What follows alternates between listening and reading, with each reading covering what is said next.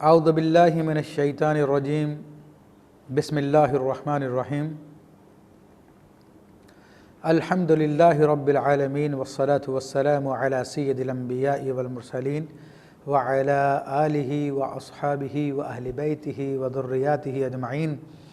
والعاقبۃ للمتقین قال اللہ تعالی فی کلامہ المجید والفرقان الحمید بسم اللہ الرحمن الرحیم وَلَن تَرْضَىٰ عَنْكَ الْيَهُودُ وَلَا النَّصَارَىٰ حَتَّىٰ تَتَّبِعَ مِلَّتَهُمْ قُلْ إِنَّ هُدَى اللَّهِ هُوَ الْهُدَىٰ وَلَئِنِ اتَّبَعْتَ أَهْوَاءَهُمْ بَعْدَ الَّذِي جَاءَكَ مِنَ الْعِلْمِ مَا لَكَ مِنَ اللَّهِ مِنْ وَلِيٍّ وَلَا نَصِيرٍ صدق اللہ العظیم وصدق رسولہ النبی الکریم مولا صلی وسلم دائما عبدا علی حبیبک خیر الخلق کلہم رب اشرح لی صدری ویسر لی امری واحلل عقدۃ من لسانی یفقہوا قولی۔ گزشتہ درس میں ہم نے سورہ بقرہ کی اس سے پچھلی آیات کے حوالے سے یہ بات کا ذکر کیا تھا کہ یہود و نصارہ نے اور مشرکین عرب نے اللہ تبارک و تعالیٰ کے لیے اولاد مانی، تو جس کا اللہ تبارک و تعالیٰ نے دلائل کے ساتھ رد فرمایا۔ پھر ان لوگوں نے اللہ کے نبی علیہ السلام سے یہ کہا کہ اللہ تعالیٰ ہم سے براہ راست کلام کیوں نہیں کرتا یا ہم پر آیات کھلی نشانیاں کیوں نہیں ظاہر فرماتا، تو اس کا بھی رد کیا اللہ تبارک و تعالیٰ نے۔ اس کے بعد اللہ تبارک و تعالیٰ نے نبی علیہ السلام کو تسلی دی کہ آپ حق بات کو پہنچا چکے ہیں، اگر یہ یہود و نصارہ اور مشرکین آپ کی بات کو نہیں مانتے اور جہنم کا ایندھن بنتے ہیں تو آپ سے ان کے بارے میں نہیں پوچھا جائے گا۔ پھر آج کی جو آیت طیبہ ہم نے پڑھی ہے اس میں اللہ تبارک و تعالیٰ نے ارشاد فرمایا کہ وَلَن تَرْضَىٰ عَنْكَ الْيَهُودُ وَلَا النَّصَارَىٰ کہ ہرگز راضی نہ ہوں گے آپ سے یہودی اور عیسائی، حَتَّىٰ تَتَّبِعَ مِلَّتَهُمْ جب تک کہ آپ ان کے دین کی پیروی نہ کر لیں۔ تو اللہ تبارک و تعالیٰ نے اس بات کی وضاحت کر دی ہے کہ آپ یہود و نصارہ کو ہدایت کی طرف لانے کی کوشش کرتے ہیں، ان کو ایمان کی طرف لاتے ہیں، ان کو جہنم سے نکال کے جنت کی طرف لانے کی کوشش کرتے ہیں، مگر اے حبیب صلی اللہ تعالیٰ علیہ وآلہ وسلم یہ لوگ تو یہ چاہتے ہیں کہ آپ کو اپنی گمراہی میں شامل کر لیں، معاذ اللہ ثم معاذ اللہ۔ اور مفسرین نے اس کے حوالے سے فرمایا کہ جب نبی کریم صلی اللہ تعالیٰ علیہ وسلم نے تحویل قبلہ کا حکم دیا اور بیت المقدس کو چھوڑ کر بیت اللہ شریف کو اپنا قبلہ بنایا تو اس پر یہود و نصارہ بہت ناراض ہوئے، اور ان لوگوں کی خواہش یہ تھی کہ نبی کریم صلی اللہ علیہ وسلم کو معاذ اللہ یہ ہمارے قبلے کی جانب تو ہیں ہی، اب ان کو مکمل طور پہ ہمارے دین کی طرف کر لیا جائے۔ تو ان کی اسی دلی خواہش کو اللہ تبارک و تعالیٰ نے یہاں پر بیان فرما دیا ہے۔ اب یہ آیت طیبہ کے شان نزول کے اعتبار سے تو اس کا معاملہ خاص ہوتا ہے، لیکن حکم کے اعتبار سے اس کا معاملہ عام ہوتا ہے۔ تو آج بھی وہ تمام لوگ جو اپنے دین میں تبدیلی کر دین میں مختلف قسم کی تبدیلیاں کر کے اس میں رعایتیں نکال کر یہود و نصارہ کو خوش کرنا چاہتے ہیں اور ان کے پاس جا کر اسلام کا وہ رخ دکھانے کی کوشش کرتے ہیں جس کا قرآن و حدیث میں کوئی وجود نہیں ہے، یا قرآن و حدیث کی آیت طیبہ میں تعویلیں کر ایسی باتیں ان کے سامنے پیش کرتے ہیں کہ جناب اسلام میں تو بہت وسعت ہے اور اسلام میں تو یہ ہے اور وہ ہے، اور ہماری مسجدیں جو ہے وہ یہودیوں کے لیے عبادت کے لیے کھلی ہوئی ہے، عیسائیوں کی عبادت کے لیے کھلی ہوئی ہیں، اس قسم کی باتیں کرتے ہیں۔ حالانکہ اللہ تبارک و تعالیٰ نے تو منع فرمایا، واضح لفظوں میں فرما دیا کہ ہم مسجدوں کے اندر اللہ کے سوا کسی اور کی عبادت نہ کی جائے۔ تو ان لوگوں نے اسلام کو حلیہ تبدیل کر دیا ہے، تو ان کے بارے میں بھی اللہ تبارک و تعالیٰ نے فرما دیا ہے، کیونکہ ان لوگوں کے دل میں شاید یہ بات ہوتی ہے کہ ہم لوگ ان کے سامنے وسعت کا مظاہرہ کریں گے، الٹی سیدھی غلط باتیں دین میں رائج کریں گے، ان کو دکھائیں گے تو ممکن ہے کہ وہ لوگ ہم سے راضی ہو جائیں۔ تو اللہ نے ارشاد فرما دیا کہ تم لوگوں سے یہ ہرگز راضی نہیں ہوں گے یہود و نصارہ جب تک کہ تم پورے طور پہ ان کی ملت کی پیروی نہ کرنے لگ جاؤ۔ اور پھر فرما دیا قل اے حبیب صلی اللہ تعالیٰ علیہ وسلم آپ فرما دیجئے ان ھدی اللہ ھو الھدی کہ جو اللہ کی ہدایت ہے، یعنی جو دین اسلام ہے وہی ہدایت ہے،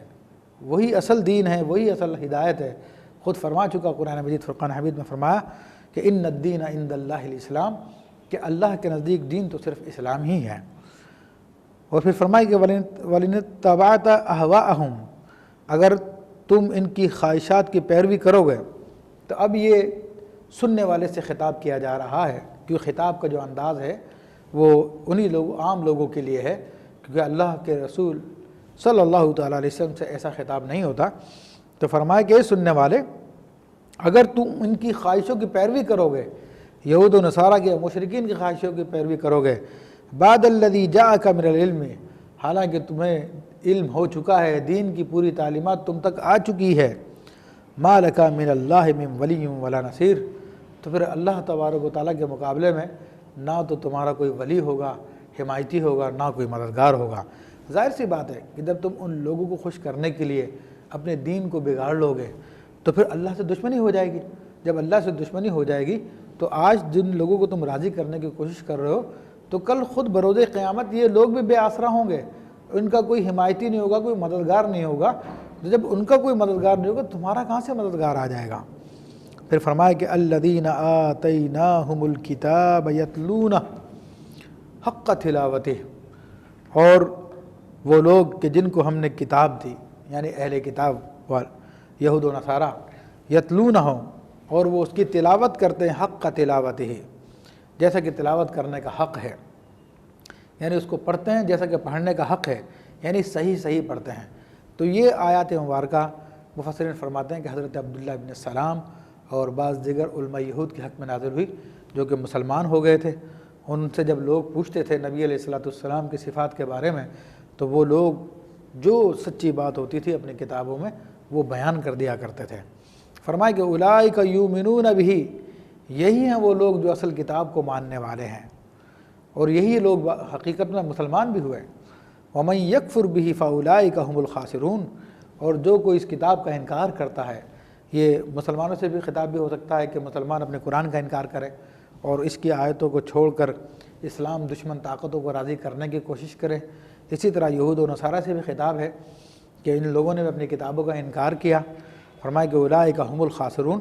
تو وہ لوگ بہت خسارے والے ہیں، نقصان والے ہیں. پھر روح سخن بنی اسرائیل کی طرف خاص طور پر اور اسی آیت طیبہ کا ذکر کیا جو اس سے پہلے بھی آ چکی ہے. یا بنی اسرائیل اذکروا نعمتی التی انعمت علیکم وانی فضلتکم علی العالمین، اے بنی اسرائیل تم یاد کرو میری اس نعمت کو جو میں نے تم پر نازل کی اور تمہیں تمام عالمین پہ فضیلت دی تمہارے زمانے میں. واتقوا یوما لا تجزی نفس عن نفس شیئا، اور ڈرو اس دن سے کہ جس دن کوئی جان کسی جان کا بدلہ نہیں ہوگی. یہود و نصارہ کو اللہ تبارک و تعالیٰ نے بالخصوص یہود کو واضح دلائل کے ساتھ سب کچھ سمجھایا پچھلی آیت مبارکہ میں. ان کے سامنے ساری کی ساری حقیقت کھول کے رکھ دی، ان کا کچا چٹھا بیان کر دیا اور دودھ کا دودھ پانی کا پانی الگ کر دیا. پھر اللہ تبارک و تعالیٰ نے ان کو دعوت فکر دی، پھر دوبارہ انہیں بتایا کہ تم لوگ اپنے دھوکے سے نکل جاؤ، یہ مت سمجھو کہ تم انبیاء کی اولاد ہو، ابراہیم علیہ السلام کے نسل میں سے ہو تو تم لوگ بخشے بخشائے ہو چاہے کفر کرتے رہو. فرمایا کہ ڈرو اس دن سے کہ جس دن کوئی جان کسی جان کا بدلہ نہیں ہوگی. ولا یقبل منها عدل، اور نہ ہی اس سے کوئی فدیہ طلب کیا جائے گا. ولا تنفعها شفاعہ، اور نہ ہی اس کو کوئی شفاعت فائدہ دے گی. ولا هم ینصرون، اور نہ ہی ان کی کوئی مدد کی جائے گی. یعنی جو کافر ہو چکا ہے، اللہ کے دین کا انکار کر چکا ہے، تو اس کے لیے ان چیزوں میں سے کچھ بھی نہیں ہے. البتہ اہل ایمان کے لیے شفاعت ثابت ہے اور اللہ تبارک و تعالیٰ ان کی حق میں شفاعت کو قبول فرمائے گا، جیسے کہ خود قرآن مجید فرقان حمید کی آیت سے ثابت ہے، نبی علیہ السلام کے احادیث طیبہ سے ظاہر ہے. وَإِذِ ابْتَلَىٰ إِبْرَاهِيمَ رَبُّهُ بِكَلِمَاتٍ فَأَتَمَّهُنَّ،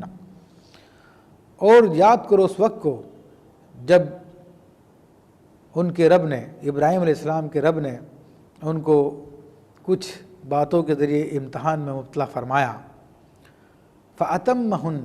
تو ابراہیم علیہ السلام نے ان کو پورا کر دکھایا. اب یہاں پر اللہ تبارک و تعالیٰ نے یہود کے سامنے اور نصارہ کے سامنے اور خود مشرقین عرب کے سامنے حضرت ابراہیم علیہ السلام کا تذکرہ کیا. سیدنا ابراہیم علیہ السلام وہ ذات مبارکہ ہیں جو خلیل اللہ ہیں، اور ان کے بارے میں یہودی بھی ان کو مانتے ہیں، عیسائی بھی ان کو مانتے ہیں، اور مشرقین عرب بھی مانتے ہیں، کیونکہ مشرقین عرب سیدنا اسماعیل علیہ السلام کے اولاد ہیں، اور سیدنا اسماعیل علیہ السلام حضرت ابراہیم علیہ السلام کے بڑے بیٹے ہیں، تو اس نسبت سے وہ اپنے آپ کو ابراہیمی کہا کرتے تھے، اور ابراہیم علیہ السلام کے بعض طریقوں کی پیروی بھی کرتے تھے۔ اور یہود و نصارہ یہ جو کہ بنی اسرائیل ہیں، اور بنی اسرائیل حضرت یعقوب علیہ السلام کا لقب ہے، اور ان کے 12 بیٹے تھے جن سے یہ بنی اسرائیل کے 12 قبیلے بنے، اور یعقوب علیہ السلام حضرت اسحاق علیہ السلام کے بیٹے ہیں، اور حضرت اسحاق علیہ السلام سیدنا ابراہیم علیہ السلام کے بیٹے ہیں۔ تو یہاں پر سیدنا ابراہیم علیہ السلام کی شخصیت میں آ کر یہ مشرقین عرب، یہود و نصارہ تینوں کے تینوں گروہ جو ہے جمع ہو جاتے ہیں، اور ان سب کے نزدیک سیدنا ابراہیم علیہ السلام قابل اعتماد ہیں۔ تو اللہ تبارک و تعالی نے اب یہود و نصارہ و مشرقین و عرب کو سمجھانے کے لیے، ان کے دلوں کو مائل فرمانے کے لیے حضرت ابراہیم علیہ السلام کا تذکرہ کیا، اور بتایا کہ ان کے رب نے ان کو چند کلمات کے ذریعے آزمایا، اور انہوں نے اس کو تمام کر دیا۔ اور بلا شبہ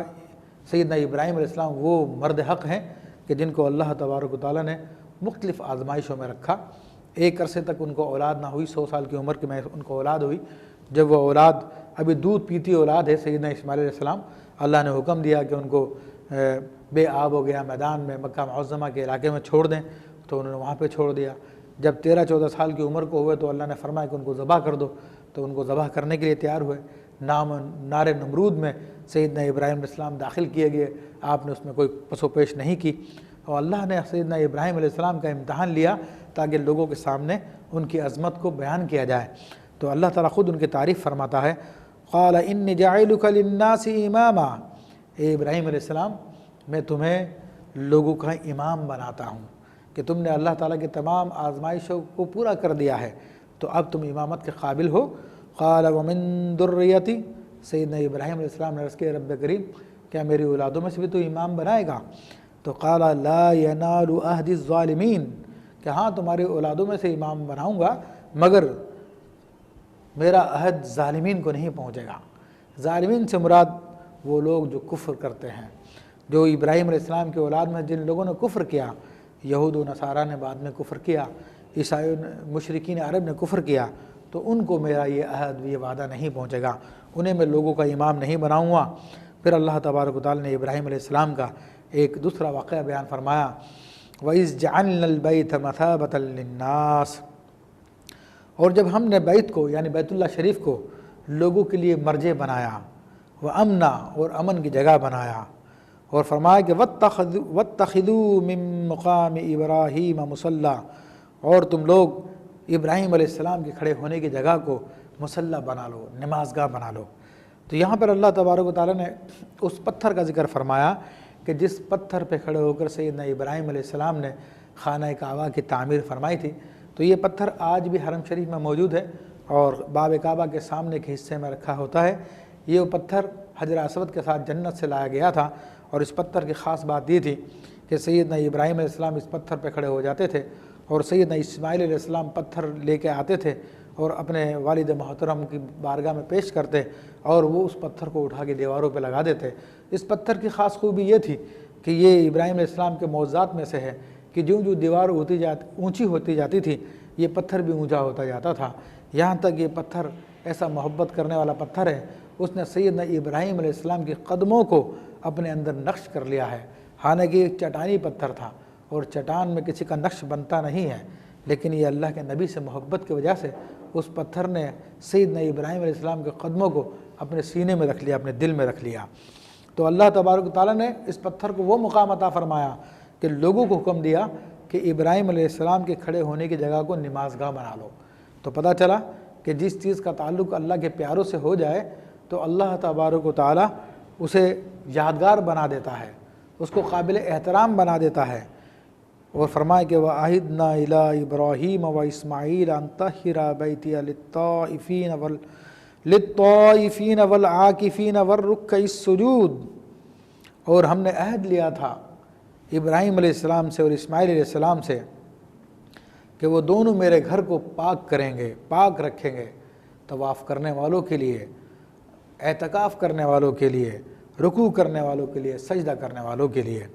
تو یہ اللہ تبارک و تعالیٰ نے خصوصی طور پہ حکم دیا تھا ان دونوں کے دونوں بزرگ حضرات کو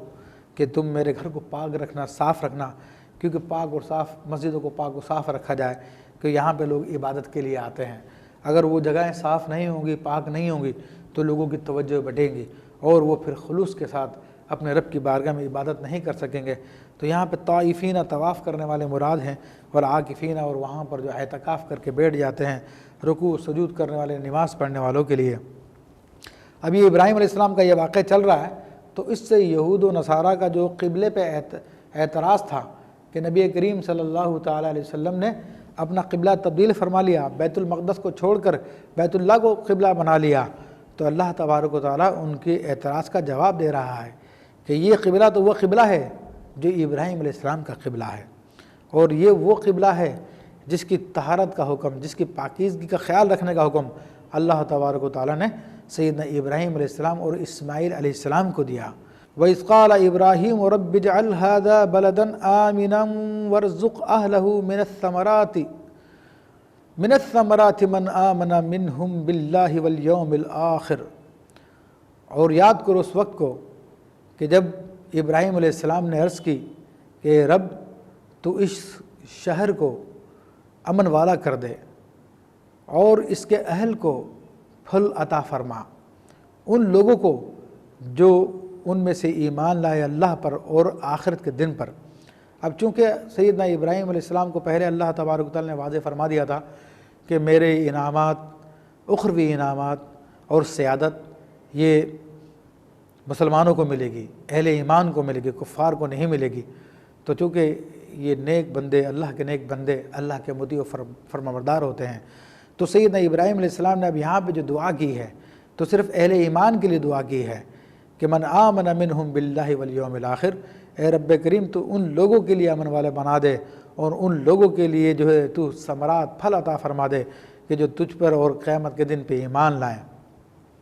اب اللہ تبارک و تعالیٰ نے سیدنا ابراہیم علیہ السلام کی دعا قبول فرمائی، اور آج بھی علیہ السلام کے نزدیک مکہ معظمہ حرم ہے، اور حرم سے مراد یہ ہے کہ وہاں پہ ظلم کرنا، کسی کو تکلیف پہنچانا حرام ہے، وہاں پہ شکار کرنا حرام ہے، اور یہاں پر جو بھی آ جائے اس کو امن مل جاتا ہے۔ قال ومن كفر فأمتعه قليلا ثم اضطره الى عذاب النار۔ اللہ تعالیٰ نے ارشاد فرمایا اور جو کوئی کفر کرے گا تو میں اس کو دنیا سے فائدہ دوں گا، مگر قلیلاً، تھوڑا فائدہ دوں گا۔ اب یہاں پر وضاحت کر دی گئی ہے کہ دنیا کا فائدہ کفار کو بھی ملے گا، مومن کو بھی ملے گا، مگر مومن کو آخرت کا بھی ملے گا، اور آخرت کے مقابلے میں دنیا کا کتنا ہی فائدہ ہو جائے وہ تھوڑا ہی ہے۔ تو اللہ تبارک و تعالیٰ نے دنیا کی نعمت سب پہ عام کر دی ہے، وہ مسلمانوں کو بھی ملتی ہے اور کفار کو بھی ملتی ہے، لیکن آخرت کی نعمت صرف اور صرف مسلمانوں کے لیے ہے۔ تو اللہ تبارک و تعالیٰ کے نزدیک دنیا کی حیثیت حدیث شریف کے مطابق مچھر کے پر کے برابر بھی نہیں ہے۔ تو اس لیے اللہ تبارک و تعالیٰ دنیا کی اگر ساری نعمتیں بھی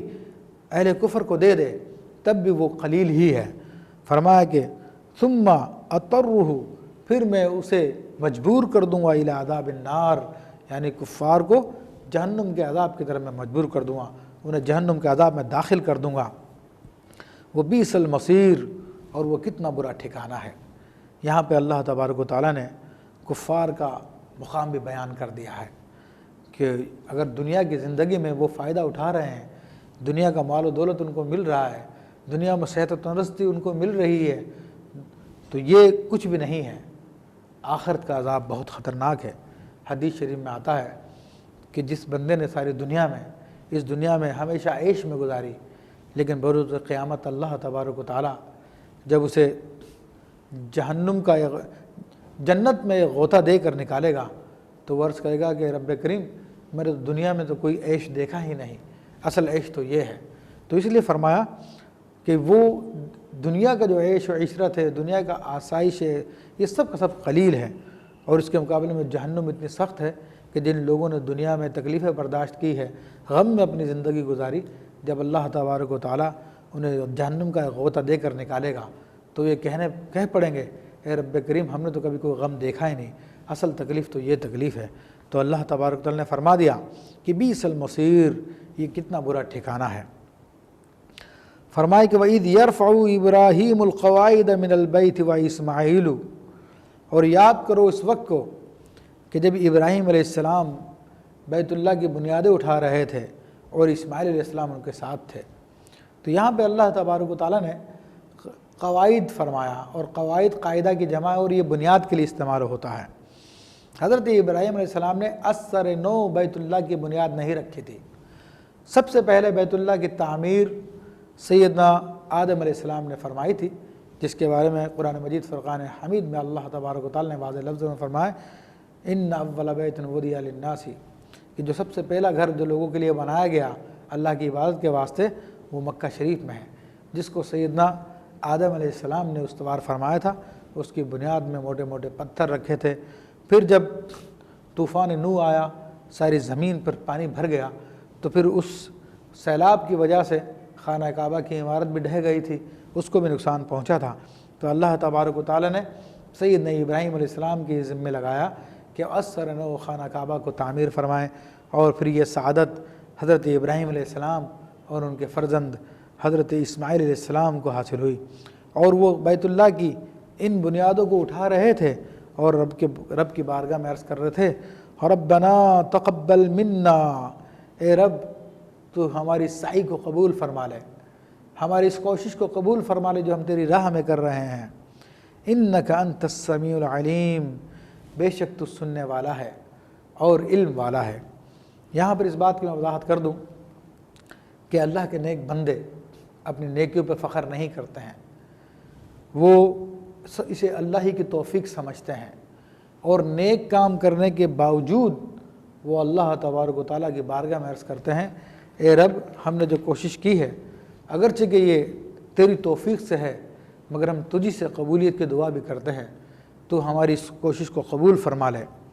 اور بے شک تو بہت سننے والا ہے اور بہت جاننے والا ہے۔ ربنا واجعلنا مسلمین لک ومن ذریتنا امۃ مسلمۃ لک، اور مزید دعا کر رہے ہیں حضرت ابراہیم علیہ السلام اور اسماعیل علیہ السلام، اے ہمارے رب تو ہمیں اپنا فرما بردار رکھ، مسلمین لک، اپنا فرما بردار رکھ۔ تو اب اس سے اندازہ کر لیجئے کہ جب اللہ کے معصوم نبی حضرت ابراہیم علیہ السلام اور حضرت اسماعیل علیہ السلام جب اپنے رب کریم کی بارگاہ میں دعا کر رہے ہیں کہ تو ہمیں اپنا فرما بردار رکھ، تو ہمیں تو اس سے زیادہ کرنا چاہیے، اپنی نیکیوں پہ کبھی فخر نہیں کرنا چاہیے، اپنے رب کی بارگاہ میں ہمیشہ یہی دعا کرنی چاہیے اے رب کریم تو ہمیں اپنے دین پہ قائم رکھ، تو ہمیں اپنا فرما بردار رکھ، اور فرمایا کہ وَمِن ذُرِّيَّتِنَا، اور ہماری اولادوں میں سے بھی ایک امت مسلمہ بنا دے جو تیری اطاعت کرنے والی ہو۔ تو یہاں پر حضرت ابراہیم علیہ السلام نے بھی دعا کی، حضرت اسماعیل علیہ السلام نے بھی دعا کی۔ ظاہر سی بات ہے کہ ابراہیم علیہ السلام کی اولاد میں تو خود اسماعیل علیہ السلام بھی شامل ہیں، اور دیگر اسحاق علیہ السلام کی اولاد بھی شامل ہیں، اور اسماعیل علیہ السلام کی دعا میں خاص طور پہ بنی اسماعیل داخل ہوں گے۔ تو اللہ تبارک و تعالیٰ نے ان لوگوں کی دعا قبول فرمائی، اور پھر ابراہیم علیہ السلام نے مزید دعا کی، اسماعیل علیہ السلام بھی اس دعا میں شامل ہیں، وَأَرِنَا مَنَاسِكَنَا، اور تو ہمیں اپنی عبادت کا طریقے سکھا دے، حج کرنے کا طریقہ بتا دے۔ تو اس سے یہ پتہ چلا کہ عبادات وغیرہ یہ سب کے سب اللہ کی تعلیم سے ہوتی ہیں۔ وَتُبْ عَلَيْنَا، اور تو ہم پر رحمت کے ساتھ رجوع فرما۔ جیسا کہ میں نے پہلے بھی وضاحت کی ہے کہ توبہ جب رب کریم کی طرف مضاف کی جائے تو اس کا مطلب ہوتا ہے کہ رب اپنے بندے کی طرف رجوع فرماتا ہے رحمت کے ساتھ، یعنی اس کی توبہ قبول فرماتا ہے، اور جب کہتے ہیں کہ بندے نے توبہ کی تو بندہ پھر اپنے رب کی طرف رجوع فرماتا ہے استغفار کے ساتھ۔ تو ابراہیم علیہ السلام عرض کر رہے ہیں وَتُبْ عَلَيْنَا، اے اللہ تو ہم پر رجوع فرما، یعنی اپنے رحمت کے ساتھ رجوع فرما۔ اِنَّكَ أَنْتَ التَّوَّابُ الرَّحِيمُ، بے شک تو بہت ہی توبہ قبول فرمانے والا اور رحم فرمانے والا ہے۔ اب یہ دعا جاری ہے، خانہ کعبہ کی تعمیر بھی جاری ہے، اور اللہ تعالیٰ کی بارگاہ میں یہ دونوں مقدس ہستیاں دعا کرتی ہیں ربنا وابعث فیہم رسولا منہم یتلو علیہم آیاتک، اے ہمارے رب تو ان میں بھیج دے ایک رسول انہی میں سے، یتلو علیہم جو ان پہ تلاوت کرتا ہو آیاتک تیری آیتوں کی۔ تو تو یہاں پہ سیدنا ابراہیم اور سیدنا اسماعیل علیہ السلام اللہ کے رسول کے لیے دعا کر رہے ہیں، اے رب کریم تو ہماری اولادوں میں سے ایک کو اپنا فرما بردار رکھ، اور فرما بردار رکھنے کے ساتھ ساتھ ان میں رسول بھی نازل فرما جو انہی میں سے ہو، ان پہ وہ تیری آیتیں بھی پڑھ کے سنائے، وَيُعَلِّمُهُمُ الْكِتَابَ وَالْحِكْمَةَ، اور ان کو وہ کتاب اور حکمت کی تعلیم بھی دے۔ اب یہاں پر اس دعا میں نبی علیہ السلام کی طرف اشارہ ہے، اور فرمایا کہ وَيُزَكِّيهِمْ، اور ان کا تزکیہ بھی کرے، إِنَّكَ أَنْتَ الْعَزِيزُ الْحَكِيمُ، بے شک تو بہت زبردست غالب ہے اور حکمت والا ہے۔ تو یہاں پر سیدنا ابراہیم علیہ السلام، اسماعیل علیہ السلام نے جو دعا کی ہے وہ خاص رسول اللہ صلی اللہ علیہ وسلم کے لیے دعا ہے، اور خود نبی کریم صلی اللہ علیہ وسلم کے واضح حدیث موجود ہے جس میں نبی کریم صلی اللہ علیہ وسلم نے خود فرمایا کہ میں ابراہیم علیہ السلام کی دعا ہوں، عیسیٰ علیہ السلام کی بشارت ہوں، اور اپنی ماں کا وہ خواب ہوں کہ جب میری ماں نے مجھے دیکھا، جب میری ولادت کے وقت دیکھا تھا کہ ان کے جسم سے نور نکلا تھا جس سے شام کے محلات روشن ہو گئے تھے۔ خود رسول اللہ صلی اللہ علیہ وسلم نے اس دعا کا مصداق اپنے آپ کو بتایا، جس کو شاعر نے بھی کہا، ہوئی پہلوے آمنہ سے ہویدا دعائے خلیل و نویدی مسیحا۔ تو یہ اس آیت طیبہ میں ان باتوں کا ذکر کیا گیا، اور پھر نبی علیہ السلام کی جو ذمہ داریاں بتائی گئی، ایک تو یہ کہ قرآن پاک کی تلاوت کرنا، پھر کتاب کو سکھانا، کتاب کو سکھانے سے مراد کتاب کے احکام سکھانا، اور حکمت سے مراد علم کا نچوڑ ہے، یعنی اسرار الہی سکھانا ہے، اور تزکیے سے مراد یہ ہے کہ انسان میں جو پائے جانے والی رذیل عادتیں ہیں ان کو دور کر دیا جائے اور اچھی عادتوں سے اس کو سجا دیا جائے۔ تو بلا شبہ نبی کریم صلی اللہ علیہ وسلم نے اپنی امت کا تزکیہ فرمایا، اور آج بھی اپنی امت کا تزکیہ فرما رہے ہیں۔ انک انت العزیز الحکیم، بے شک تو بہت حکمت غلبے والا ہے، زبردست ہے اور حکمت والا، یعنی ہم نے جو تجھ سے دعا کی ہے رب کریم، تیرے لیے اس کو پورا کرنا کوئی مسئلہ نہیں ہے، اور تو نہایت حکمت کے ساتھ اپنی قوت کے ساتھ اس دعا کو پورا فرما سکتا ہے۔ پھر فرمائے کہ وَمَن يَرْغَبُ عَن مِلَّةِ إِبْرَاهِيمَ إِلَّا مَن سَفِيَ نَفْسَهُ۔ اب اللہ تبارک و تعالیٰ نے روح سخن یہود و نصارہ اور مشرقین عرب کی جانب فرمایا، پہلے ابراہیم علیہ السلام کا ذکر کر دیا جو سب کے نزدیک مسلم ہے، ان کی دعاؤں کو بھی ذکر کر دیا۔ اب اللہ تبارک و تعالیٰ ان یہود و نصارہ کی بیوقوفی کی طرف اشارہ فرما رہا ہے کہ اور جو شخص بھی ابراہیم علیہ السلام کی ملت سے پھرے گا، ان کے دین سے پھرے گا، تو وہ وہی ہوگا جو بیوقوف ہے۔ وَلَقَدْ اصْطَفَيْنَاهُ فِي الدُّنْيَا، بے شک ہم نے ابراہیم علیہ السلام کو دنیا میں چن لیا تھا۔ وَإِنَّهُ فِي الْآخِرَةِ لَمِنَ الصَّالِحِينَ، اور بے شک وہ آخرت میں بھی صالحین میں سے ہیں۔ تو یہاں پر اللہ تبارک و تعالیٰ نے یہود و نصارہ کو دعوت دے دی کہ اگر واقعی تم حق پرست ہو، سچائی کے پیروکار ہو، تو ابراہیم علیہ السلام کی پیروی کرو کہ جن میں کسی کا بھی اختلاف نہیں ہے۔ انشاءاللہ تبارک و تعالیٰ یہ سلسلہ جاری ہے، پھر آگے بھی سیدنا ابراہیم علیہ السلام کا ذکر ہے، تو اگلے درس میں ہم اس بات کو بیان کریں گے۔ وآخر دعوانا ان الحمد للہ رب العالمین۔